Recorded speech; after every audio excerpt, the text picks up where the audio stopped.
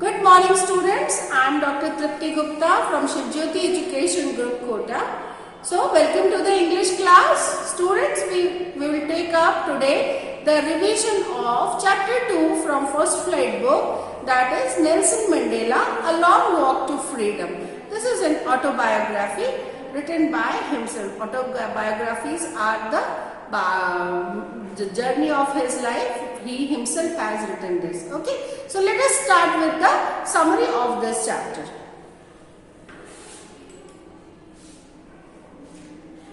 Now, as we can see here, our chapter 2, the summary is basically we will, as we know about this chapter, the first non-racial government which was being established in South Africa. It was the 10th of May in 1994. The day was bright and clear and it was autumn season. Okay. The inauguration ceremony of the first non-racial government was held at a lovely amphitheatre in the Union Buildings in Pretoria. The inauguration ceremony of the first non-racial government was held at the lovely amphitheatre in the Union Buildings in Pretoria. So, the complete ceremony, the chapter starts with the declaration of how this ceremony was being taken up, how it was being, how it started and where all the arrangements were being made. It was an amphitheatre, okay, in Pretoria. So it was the largest gathering of international leaders on South African soil. So all dignitaries from the various parts, from the various countries of the world, the delegation, they have come, they were being invited to attend this inaugural, the ceremony, the freedom celebration of South Africa. Politicians and dignitaries from more than 140 countries attended this ceremony. First of all, Mr. D. Clark was sworn in as second deputy president. He was the second deputy president, so he took an oath. He was the first person to take the oath. Okay. Then Thabo Mbeki was sworn in as the first deputy president. So, this is the way of taking oath. The first, like whenever you go to a award ceremony, you will find the first runner-ups, the first second runner-up, the first runner-up, and the winner, like this. So in the same manner, it goes it goes in a backward manner. Okay. So the second person was the first deputy president, and then came Mandela's turn. He was sworn in as the first black president of South Africa. So, the first president of South Africa was a black man and he was Nelson Mandela. Now, that is Mandela's speech. What all aspects he included, how he greeted the nation, how he tried to promise about the future aspects of South Africa, how he paid his tribute to the various people who had sacrificed for attaining this freedom. So that all aspects were being included in his speech. Let's see here. So Mandela spoke how for decades South Africa was the seat of white supremacy. So up till now, South Africa was being ruled by Britishers, they were being ruled by white people.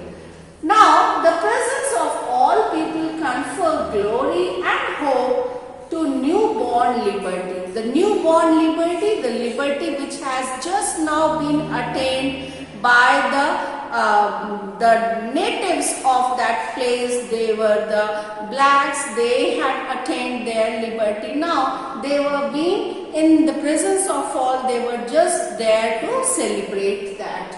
The blacks who were considered as outlaws not so long ago were hosting the nations of the world on their soil. So this was a proud moment for these blacks who were the basic natives, but they were not being given enough space, or rather they were not being allowed to they were being considered subdued, the second grade citizens of that particular native place which actually belonged to them. So now today they are now got this proud moment to host the celebration, their freedom celebration now. Okay, their victory over apartheid was a common victory for justice, peace and human dignity. So their fight was against apartheid, that is the racial discrimination which has consumed the complete population of South Africa up till now, and they had actually won over the injustice, and they have now attained peace, and now they are being a dignified race, and they have their own country where they can live with dignity. Now, political freedom had been won. Now they would work hard to liberate all their people from the bondage of poverty, deprivation and diseases. So there were many things which were yet to be fought by these people, because the community had suffered along for quite a long time. So they were still being bound with poverty. There are many things like deprivation and the diseased state of their people which they were yet to fight, and they have to come out of that. So they have been promising each other to work hard to come out of that. Never would South Africa again face the oppression of one by another. So now they are having a very optimistic approach. They are viewing the future to be a glorified future for them, where there will be no oppression. Now, impressive display of jets. So now this complete ceremony was having a very impressive display which was being taken up by the jet aircrafts. Then there was a spectacular display of jets. South African jets and helicopters rode in perfect formation over them in the sky. It was also a demonstration of the military's loyalty to democracy and to the new government. Now this display was a symbolic aspect of the loyalty which was being shown by the military and towards the democracy which has been attained by South Africa and to the new government. Up till now this military was been loyal to the previous government which was a British government. Now all of a sudden with the transformation and the coming of a new government was being there, and now this new government is a democratic government. So now the military is being demonstrating a loyalty towards this new government. Then two national anthems were played. There were two national anthems. One was the black peoples. They had their own national anthem which was being sung, and just to give equal weightage to the white community which was also the part of South Africa, and so to give them a proper weightage. So a second national anthem of whites that was also being sung in that particular ceremony. The sense of history. Nelson Mandela was overwhelmed with a sense of history. A few years after the Anglo-Boer War, apartheid was introduced in South Africa. So basically after this Anglo-Boer War, now this war was being followed by apartheid in South Africa. That was the racial discrimination between the blacks and whites. Okay, the society based on racial discrimination was the harshest and most inhuman society in the world. So this was a very bitter aspect of South African society, because they were facing a very harsh and inhuman racial discrimination by the whites. Now, a new system based on equality for all men, regardless of their color and race, has replaced the old and cruel system. So now in this new democratic new government, this is the new era for South Africa, which is now going to replace the old and cruel systems of harshness, bitterness and the brutality which was being the part of racial discrimination. So, the next aspect here, it was being included the policy of apartheid. That apartheid created a deep and lasting wound in the people. So it was not easy for the South African blacks to just forget whatever been happening to their community from a very long period, and how they were being suppressed, how they were being brutally, like they were being hurt badly, brutally by the whites. So it was not easy for them to just forget all those things. Okay, the decades of exploitation and oppression of the black produced heroes like Tambos, Sislers and others. So these heroes now who are being taking the oath for different positions here, they are actually being produced during this fight. These black heroes were men of extraordinary courage, wisdom and generosity. So because of this courage, this wisdom and the way they have led the path of this freedom struggle had actually made them to become heroes. The greatest wealth of South Africa was not in its minerals and diamonds, but in men for such great characters. So Nelson Mandela has valued his men, his heroes. He has mentioned, acknowledged their contribution to the freedom struggle of South Africa. So he has finally, he was being thanking, he was acknowledging their contribution and trying to